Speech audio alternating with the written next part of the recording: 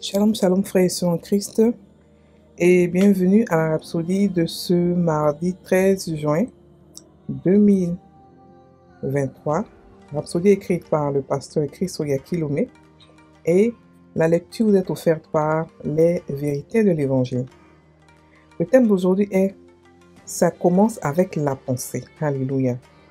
Le verset est pris de Philippiens 4, verset 8, la version GNB, qui dit « En conclusion, mes amis, remplissez votre pensée de ces choses qui sont bonnes et qui méritent des éloges, des choses qui sont vraies, nobles, justes, pures, belles et honorables. » Alléluia.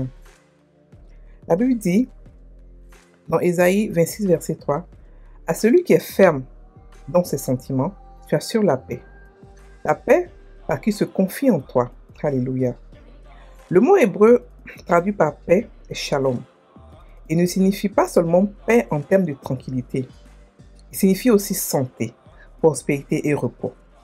Il se réfère au repos de Dieu, accompagné de prospérité, santé, force et salut. Alléluia. Cependant, ces choses sont essentiellement déterminées par le contenu de la qualité de votre pensée. Quand votre pensée demeure sur le Seigneur et sa parole, vous ferez l'expérience de la prospérité parfaite, la santé, le repos et la force. Et c'est aussi simple que cela. Votre pensée est très importante pour Dieu. C'est là qu'il cherche à travailler. S'il peut obtenir une emprise sur votre pensée, vous pouvez devenir tout ce qu'il veut que vous soyez. Vous pouvez devenir aussi saint, prospère et victorieux que vous le souhaitiez. Ainsi, cela commence par la pensée. Pourquoi votre pensée est-elle si importante? C'est parce que Dieu a façonné la pensée comme un instrument de votre transformation. Alléluia. La Bible dit, ne vous conformez pas au siècle présent, mais soyez transformés par le renouvellement de votre intelligence, afin que vous discerniez quelle est la volonté de Dieu, ce qui est bon, agréable et parfait. On peut le lire dans Romains 12, verset 2. Il n'y a aucune limite à ce que vous pouvez accomplir et absolument aucune limite concernant le niveau auquel vous pouvez vous propulser dans le sentier de la victoire lorsque votre pensée est gouvernée et réglementée par la parole. Avec votre pensée établie sur la parole, les possibilités sont infinies. Fixez donc toujours votre pensée sur les belles réalités de la parole. C'est un moyen efficace de créer le cadre et le système idéal pour votre vie et de tirer le meilleur parti de la vie unique et des bénédictions que Dieu vous a données. Alléluia, fin de la rhapsodie. Alors, ici, il nous parle de quelque chose de vraiment important. Écoutez, la parole de Dieu est puissante, mais de temps en temps, le pasteur nous explique des lois qui sont comme des lois fondamentales. Ici, il nous parle de la pensée. La pensée a l'air comme si c'était quelque chose de vraiment abstrait. Bon, c'est juste mes pensées, mais la pensée est puissante. La pensée est le premier outil de création. La pensée. Alléluia.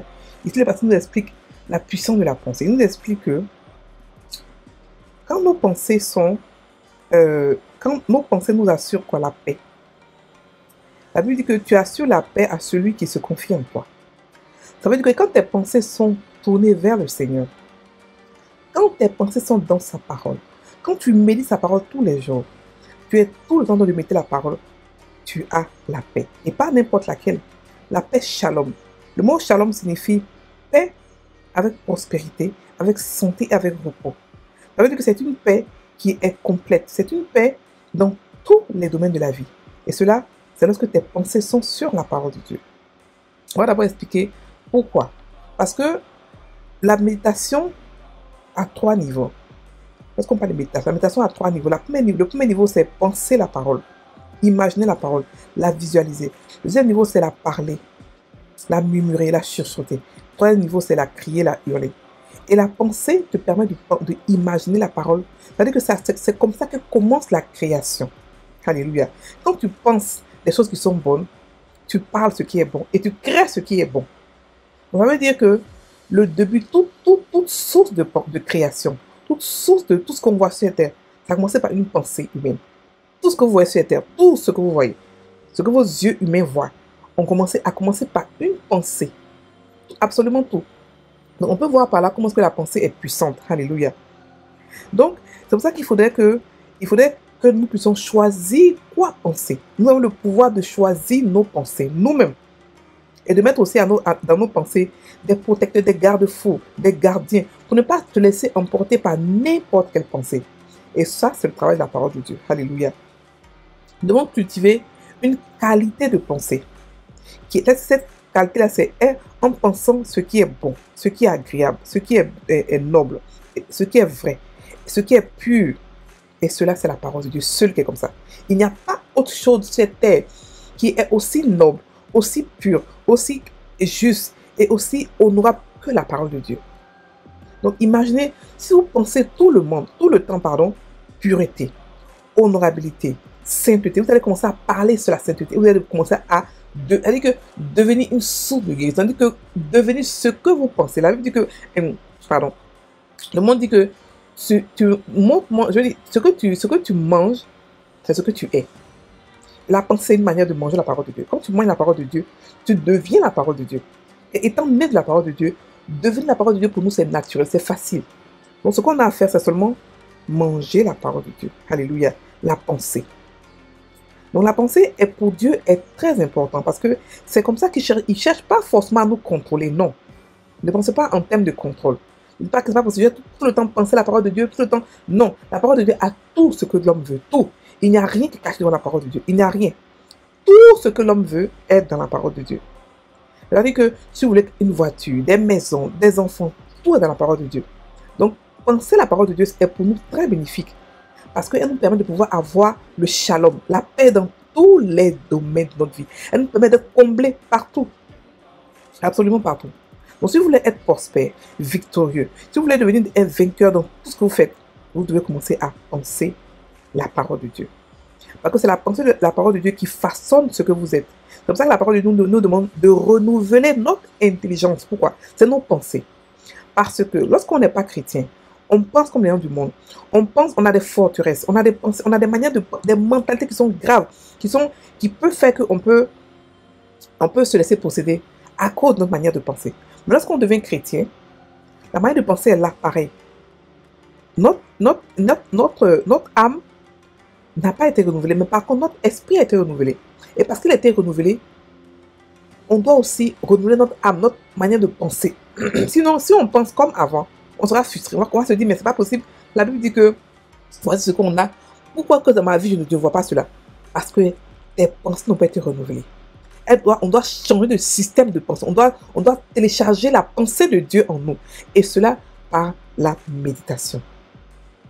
Par la parole de Dieu. C'est la seule âme dans ce monde-là qui permet de changer la mentalité de quelqu'un. Le mindset de quelqu'un.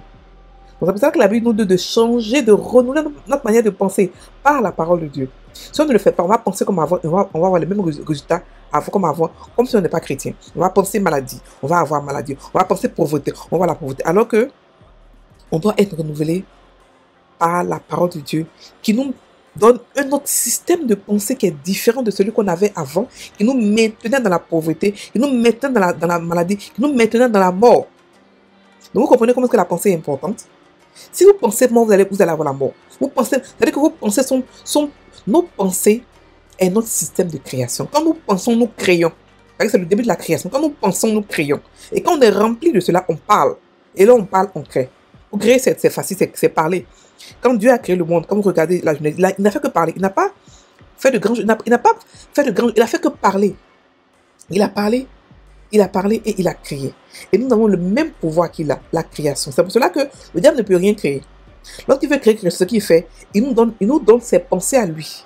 Et nous-mêmes, nous créons cela. Quand nous prenons ces pensées et que nous le méditons, nous créons ce qui est mauvais. Par contre, quand nous prenons la pensée de Dieu et que nous la méditons, nous créons ce qui est pur, ce qui est honorable, ce qui est bien pour nous.